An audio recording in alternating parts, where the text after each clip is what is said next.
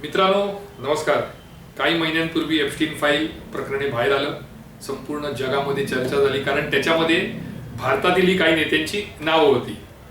ही file येणार येणार येणार असं म्हणतानाच अचानकपणे अमेरिका इस्रायल विरुद्ध इराण युद्ध सुरू झालं. लोकांना असं वाटू लागलं की नाही, एप्स्टीन फाईल दाबण्यासाठी हे युद्ध ट्रम्प याने सुरू केलं. त्यानंतर अजितदादा यांचा अपघात.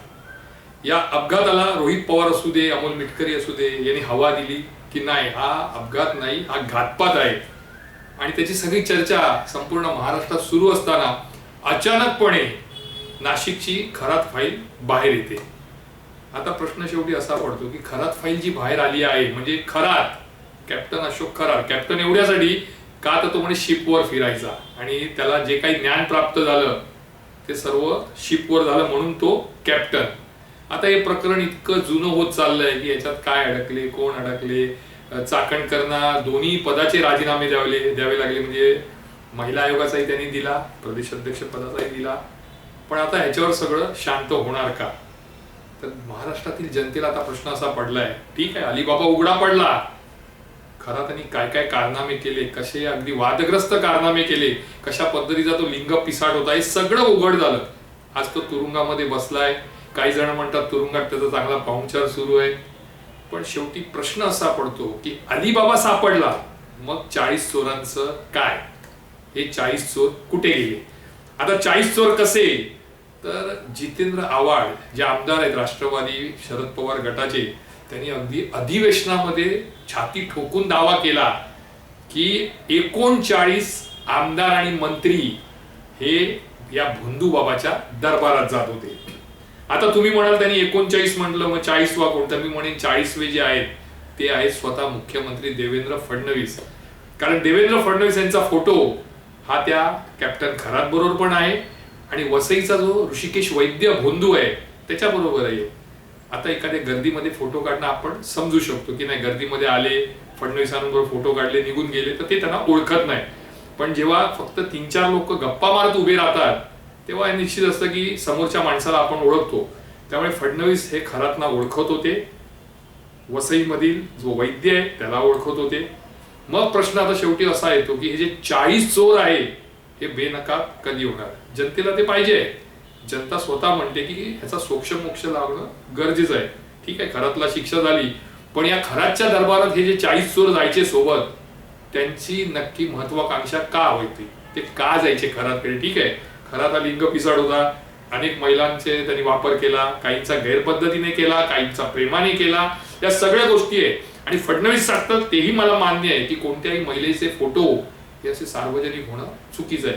ठीक आहे, महिलांना बाजूला ठेवा, पण हे जे 40 चोर आहेत त्यांचे फोटो, त्यांची नावही जनतेसमोर आली पाहिजे की ते का जात होते, किंवा त्या 40 जणांनी स्वतः समोर येऊन सांगायला पाहिजे की बाबा आम्ही का जात होतो. कारण आपल्याकडे जी माहिती अशी आहे, तर ते जे सिरप बनवायचे, सिरप म्हणजे एक औषध रूपी होतं की ज्याच्यामध्ये वायग्रा असायचा, त्यांचं मूत्र असायचं, आणखीन एक काही गोळी असायची, ते घेण्यासाठी अनेक आमदार आणि मंत्री जे हे 39 आहेत त्यापैकी अनेक जण त्याच्यासाठी जायचे किंवा आपल्या माणसाला पाठवून ते मागवायचे. आता ते सेक्सचं टॉनिक होतं काय होतं हे एक तर खरातला माहिती किंवा त्यांना माहिती. आणि दुसरी गोष्ट, अनेक जण हे विधी करण्यासाठी जायचे, होम हवन करण्यासाठी जायचे. कशासाठी?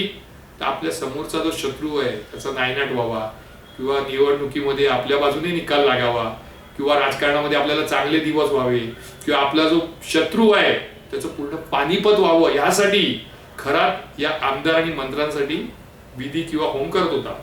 एकंदरीत 40 नावं किती बाहेर आली तर आपण असं धरूया, फडणवीसांचं नाव आलं, विखे पाटलांचं आलं, जयंत पाटलांचं आलं, दीपक केसरकरांचं आलं, एकनाथ शिंदेचं आलं, रुपाली चाकणकरांचं आलं. ठीक आहे, हे ठराविक चेहरे लोकांच्या समोर आले. पण शेवटी प्रश्न हा उरतो की हे 40 जण कोण आहेत?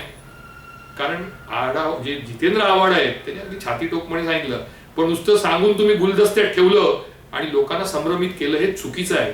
तुमच्याकडे जर ती 39 लोकांची यादी आहे तर तुम्ही ती सार्वजनिक केली पाहिजे, लोकांसमोर ती आणली पाहिजे. कोणत्याही पक्षाचा असो, शिंदेची शिवसेना असो, उद्धव ठाकरेंची शिवसेना असो, राष्ट्रवादी असो, काँग्रेस असो, भाजप असो, कोणीही असो, जे लोक जे 40 चोर आणि आवाडांच्या भाषेमध्ये 39 चोर. हे जे तिकडे दरबारात जायचे, हजेरी लावायचे, तिथून काय काय घेऊन यायचे, तिथे विधी करायचे, त्यांचं नेमकं खरातांसोबत कनेक्शन काय होतं हे देखील लोकांना कळलं पाहिजे. कारण जेव्हा हे कळेल तेव्हाच कळेल की खरातांचा हा राजकारणावर किती दबदबा होता, किती प्रभाव होता.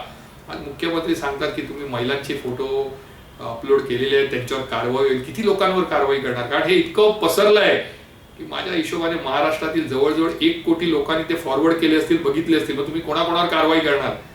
त्यावर कारवाई करण्यापेक्षा मुख्यमंत्र्यांना माझी विनंती आहे की तुम्ही आवाडांना बोलवा, त्यांच्याकडनं ती नावं घ्या आणि ती लोकांच्या समोर ठेवा की बाबा या कारणासाठी हे लोक जात होते किंवा हे जात नव्हते पण यांचं नाव आलं, हे खोटं आहे. आणि सर्वात महत्वाचं तुम्ही स्वतः बोललाय की विरोधकांच्या अनेक गोष्टी माझ्याकडे आहे, मला तोंड उघडायला लावू नका. मग कसली वाट बघता?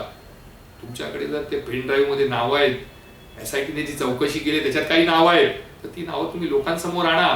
ती लोकांसमोर न आणता केवळ माझ्याकडे नावं आहे असा एक इशारा द्यायचा आणि मग जे समोरची ज्यांची नावं आली आहेत त्यांच्याकडनं काही कामं काढून घ्यायची किंवा त्यांना आपल्या दबावाखाली ठेवायचं. हे जर तंत्र फडणवीसांचं असेल तर चुकीचं आहे.